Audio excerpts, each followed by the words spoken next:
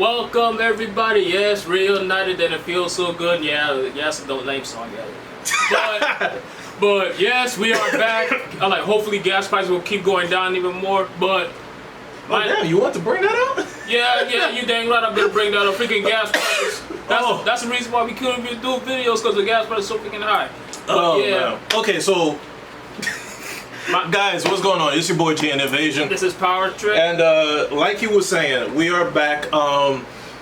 Like he said, gas prices is killing us. You know, we are normal, everyday people like everybody else. But if people sees us as anything more, definitely appreciate and love everybody for their support.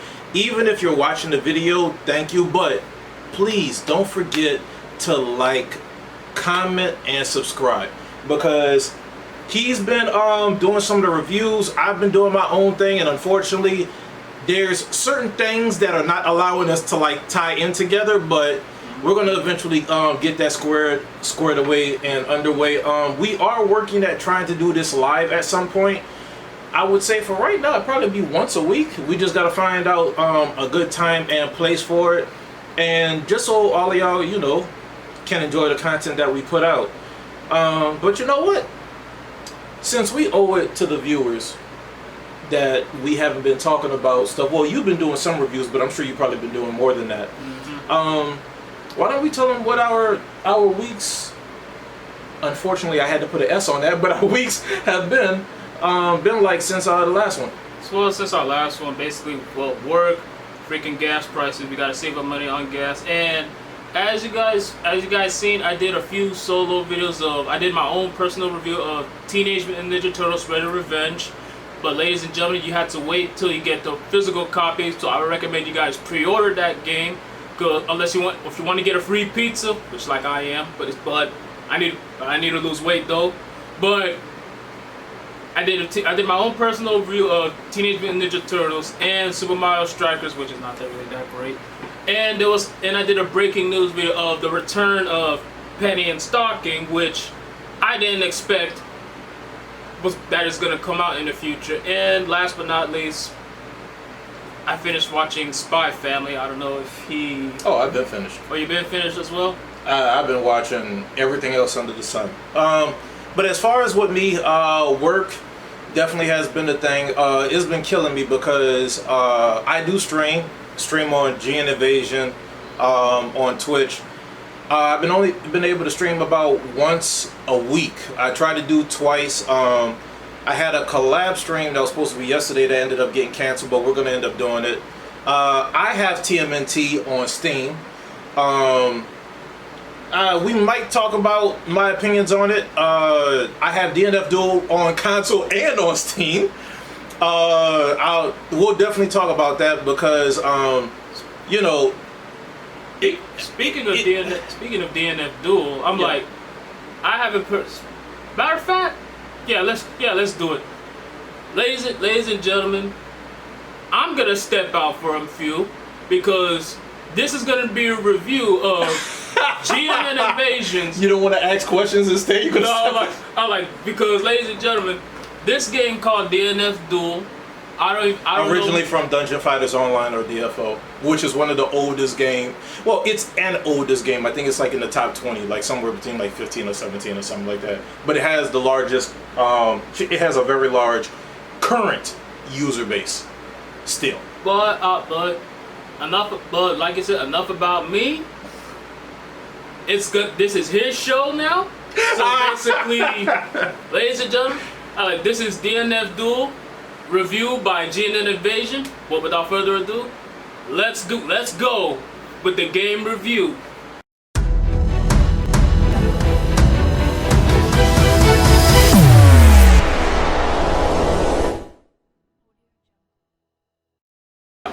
Okay. So all right. So guys, for me, if any of you viewers have ever actually watched me online, or even people that are new to this channel, I play a lot of hyper fighters. Hyper fighters can be anywhere, and anime fighters, but hyper fighters are stuff like Tatsunoko vs. Capcom, Marvel 2, Marvel 3, Power Rangers Battle for the Grid.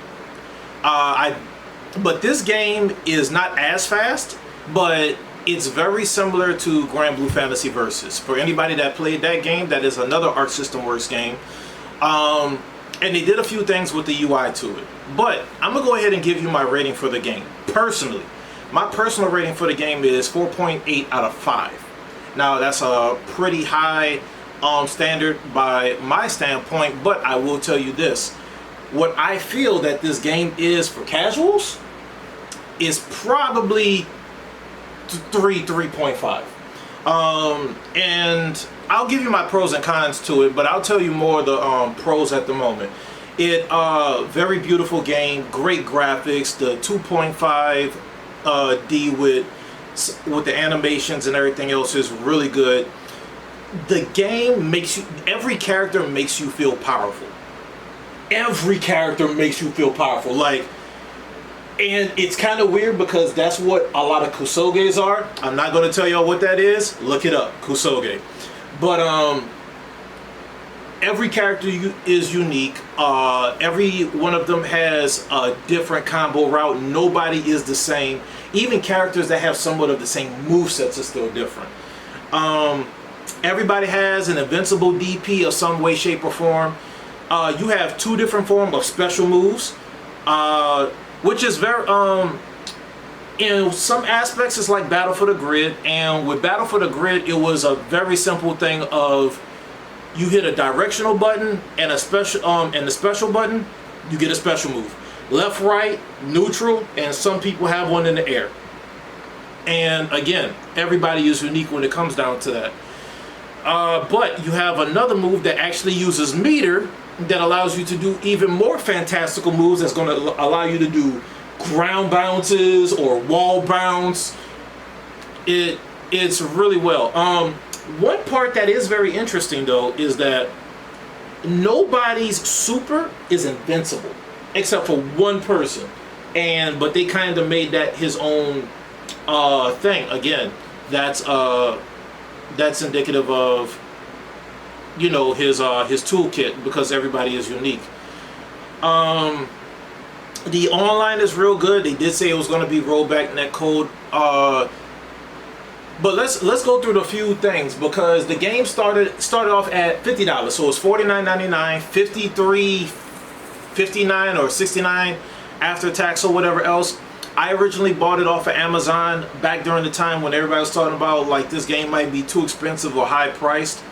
So I actually did good in that regards. It was still only $50 USD. There's a story mode, there's an arcane mode, and there's a training mode, and there's a versus mode. Now, standard for fighting games is normally a versus mode and a training mode. So, and normally some form of arcade is normally story or arcade. You know, it's either or. It's normally not the same. Sometimes arcade is mixed within the story. The story is very beautiful. It actually feels, you get to hear a story from each person's point of view and everything else. And almost as if like you're playing like a DFO. I can see them making an anime out of this. They did do something, and it's for each character. If you play through the story for each character, it actually unlocks different things. There's a gallery mode. You can unlock a lot of pictures from DFO, from the story. You can, I believe you unlock music. Their online is very intuitive. The only thing they messed up on is that there is not training mode in player match if you have to wait for somebody. Now, that is something that they haven't put in a fighting game in a while. I think the last time I seen that was in a PS3 fighting game, unfortunately. But in ranked match, you actually get that. So as soon as you go to a ranked match, you get 3 different levels. They ask you, are you a scrub or casual? Are you intermediate or are you competitive? Depending on which ones you go into, it automatically starts you at a different ranking based off your confidence level, pretty much. So when I first got the game, I started in the lowest one because I was just like, okay, I don't know. I should have went straight to competitive. And that's what I did when I got the one on Steam. But when you do the rank match, You can go into training, or you can go into tutorial mode. Beautiful. Player match, which is pretty much their lobby system, allows you to have 4 cabinets, so you can have like 8 people in a lobby at one time. Actually, I think it allows you to put 9 people in, so which is very interesting. I think they did that from a tournament standpoint because, you know, the person that's streaming it or whatever else, normally they're just going to be spectating everything. I already covered story mode. Story mode is actually really good. I have not tried arcade mode yet because I don't see a point. And I'm actually kind of curious if there is an arcade mode. I can't actually remember. I literally only go to training mode or ranked. Oh, but you know what? Guys, give me a second.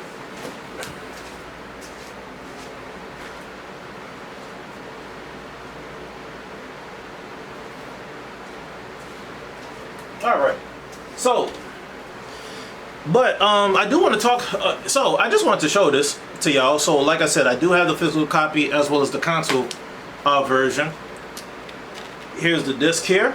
If anybody plans on actually trying to get it, well, is okay. It has a back and front litho if you want to actually change it, and of course, this is the standard one. But you can easily change it to one where it actually shows you the different characters. Like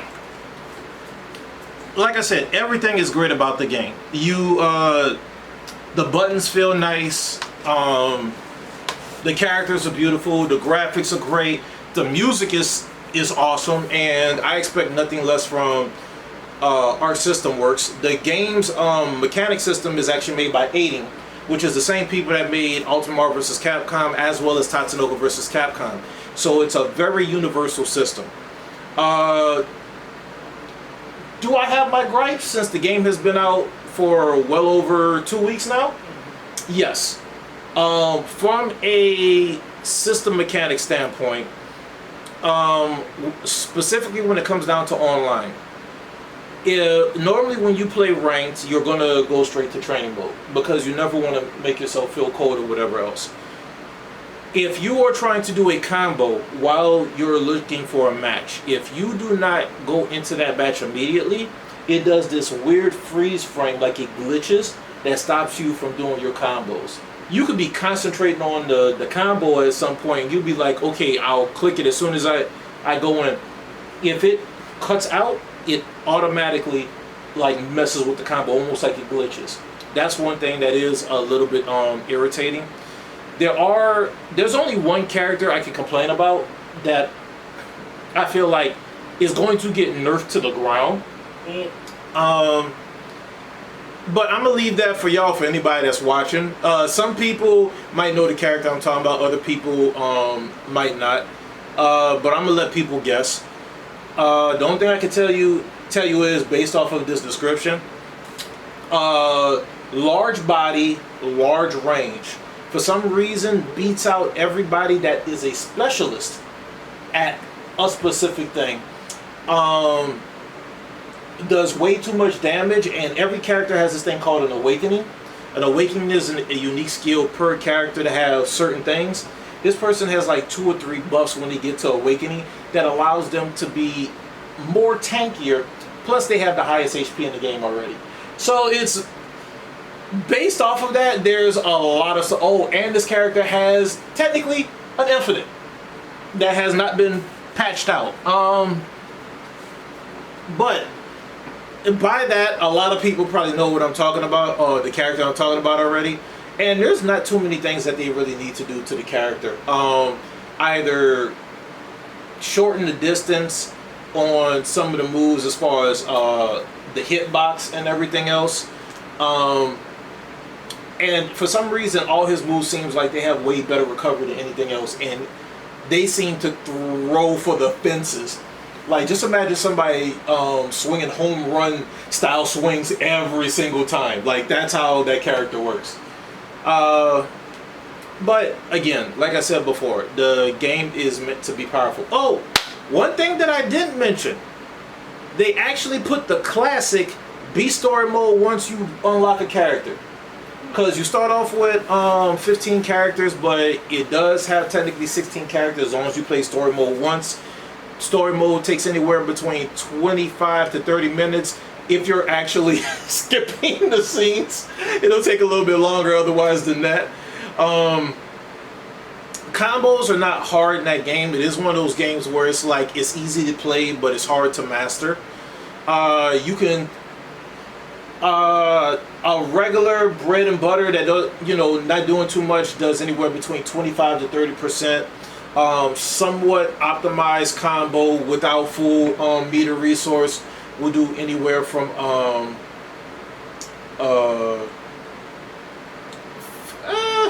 40 to 60%. But they have a unique thing in this game to where as your life goes down, your MP bar, which allows you to use your MS moves, constantly goes up. You start off with 100, you end up with 200 meters, right? That allows you to do more fanciful stuff, and optimized combos can be anywhere from like 75% to honestly touch of death, depending on the character. And again, every person's route is different. What would I say more about the game? Outside of the obvious balance patch that needs to go, and outside of that one thing in training mode for ranked. Oh, for casuals, because I am more of a competitive person. I can see where casuals will drop off on this game. Just like with any game, fighting games is a very hard thing to keep people around in if you don't have a strong competitive backbone. And what I mean by backbone, you can't complain about being outplayed in the game if you don't put the time and effort into it. But again, that's any game, right? Yeah, that's any game. So the one thing that I feel is going to be scary is the fact that this game does have a ranking system. You start off at bronze, and from bronze there's 4 tiers. Silver, 4 tiers. Gold, 4 tiers. Diamond, 4 tiers. And I think it goes either Terra Knight and then Deity or something like that. So depending on where you're at, it's going to put you with people roughly in your same skill range by about 4 rankings. So because of bronze 1 through 4 and everything else. But this game is meant to be highly offensive, highly oppressive, and even though the only thing that's invincible in this game is DP outside of one character, which is Grappler, because Grappler has super hyper armor.